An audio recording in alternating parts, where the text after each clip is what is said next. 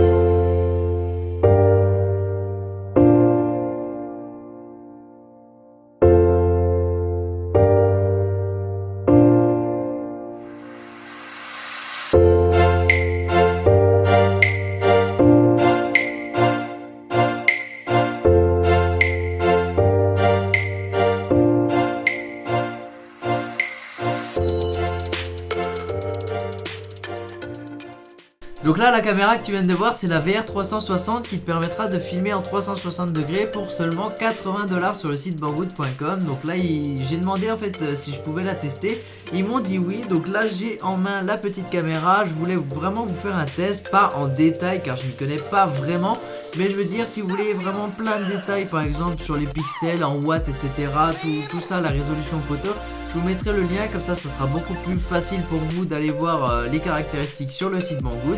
Moi je vous parle tout simplement de mon avis personnel sur cette caméra après l'avoir utilisée.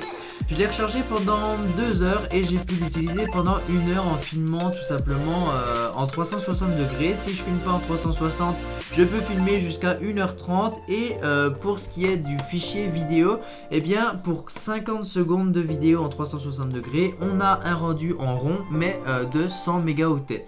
Donc c'est pas énorme, mais il faut savoir que des fois la caméra va couper les fichiers en 1 minute pour faciliter le rendu et pour faciliter le transfert, puisque vous pouvez transférer directement en Wi-Fi les données de la caméra directement sur votre smartphone. Sinon vous utilisez le câble fourni avec micro USB, vous le branchez en USB sur votre ordi, vous récupérez très facilement les fichiers contenus.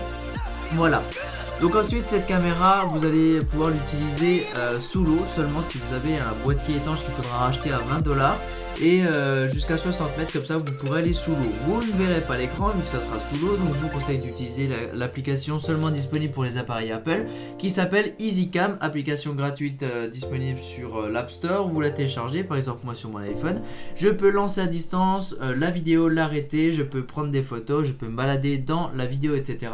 Et je peux également transférer via le Wi-Fi, puisque tout se fera par Wi-Fi, et bien les fichiers comme je vous le disais de la caméra, hop, directement sans fil sur mon iPhone. Comme ça je pourrais voir ce que ça a fait etc. Sinon si vous voulez voir eh bien ce que vous avez fait, les photos etc, eh bien ça sera en rond, vous le voyez ici. Et ensuite eh bien vous regardez ça sur un écran de 1,5 pouces. Le micro de cette caméra est vraiment pas mal, en tout cas quand il n'y a pas de vent il enregistre vraiment bien. Quand il y a du vent eh bien c'est toujours bien, puisqu'en fait le micro est situé en dessous. Donc si vous mettez votre main juste devant, eh bien vous verrez que ça fera un très bon son. C'est pas mal, on nous voit l'idée au moins.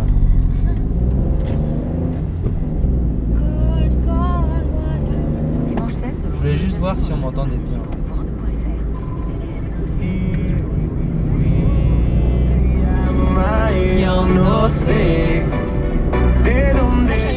Pour ce qui est du haut-parleur, c'est convenable, vous pouvez tout simplement regarder avec un son quand même pas mal sur cette caméra là. Donc sur le devant on va retrouver quoi? Le capteur de 120 degrés, puisqu'il n'y a que devant qui va filmer, c'est à dire que si vous avez votre trépied en bas, il ne va pas filmer en 360 degrés tout ce qu'il y a en intégralité, ça va filmer en 360 tout ce qui se passe devant. C'est ça la différence entre les caméras qui ont un objectif et 2 objectifs. Cette caméra possède 4 mégapixels, vous filmez en 720p, 1080p, 1080s et 720s pour ce qui est de la 360. Pour la qualité que j'ai pu voir sur YouTube, vous le voyez, c'est un peu pixelisé mais on voit très bien ce qui se passe. En tout cas pour 80$, c'est vraiment pas mal, vous filmez de bons plans avec cette petite caméra. En dessous on retrouve une petite vis universelle pour mettre sur les trépieds etc, et accessoires qui sont fournis avec. Vous avez également le micro le haut-parleur. Sur le côté après vous avez en fait la possibilité de mettre une carte SD de 32 Go maximum. J'ai une carte vous savez série 1, donc les moins performantes, et ça enregistre très bien avec. J'ai un port USB pour recharger, micro USB pardon, et le port HDMI qui n'est pas fourni avec, donc le câble n'est pas fourni avec, mais vous pouvez le brancher sur une télévision et ça vous fera tout simplement la recopie vidéo et vous pourrez regarder ce que vous avez filmé avec. Avec un kit de batterie, vous pouvez changer très facilement et filmer plus longtemps forcément. Sur le côté après, eh bien, le bouton d'allumage, vous appuyez longtemps dessus, comme ça vous permettra de l'allumer, et pour changer le menu, vous cliquez pareil une fois dessus et ça change de menu. Par exemple, le menu de base, lorsque vous allez dans la caméra, eh bien c'est le menu 360. Si vous cliquez sur le bouton principal au milieu, ça va filmer en rond, donc en 360, et si vous rappuyez, ça va éteindre. Si vous appuyez sur le bouton power, ça va filmer en normal, comme si vous aviez une GoPro, etc., donc une action cam.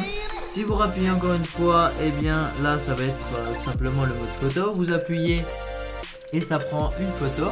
Et si vous rappuyez, vous arrivez directement dans les vidéos, photos et settings. Donc voilà, c'est à peu près tout pour cette caméra. Qu'est-ce que je voulais parler d'autre? Ah oui, le mode Wi-Fi, très important. Si vous voulez connecter à l'application, il vous suffira d'aller dans les paramètres Wi-Fi de votre appareil, vous appuyez sur le bouton Wi-Fi de la caméra et vous la paierez très facilement. C'est vraiment tout ce que je voulais vous dire sur cette caméra. Pour moi, c'est vraiment une bonne caméra et surtout pas trop cher. Vous la recevez en 7 jours, de 7 à 20 jours chez vous en France. Donc c'est vraiment pas mal. Et moi, je vous dis bien à très bientôt pour de prochaines vidéos. Tous les liens seront en description. Ciao!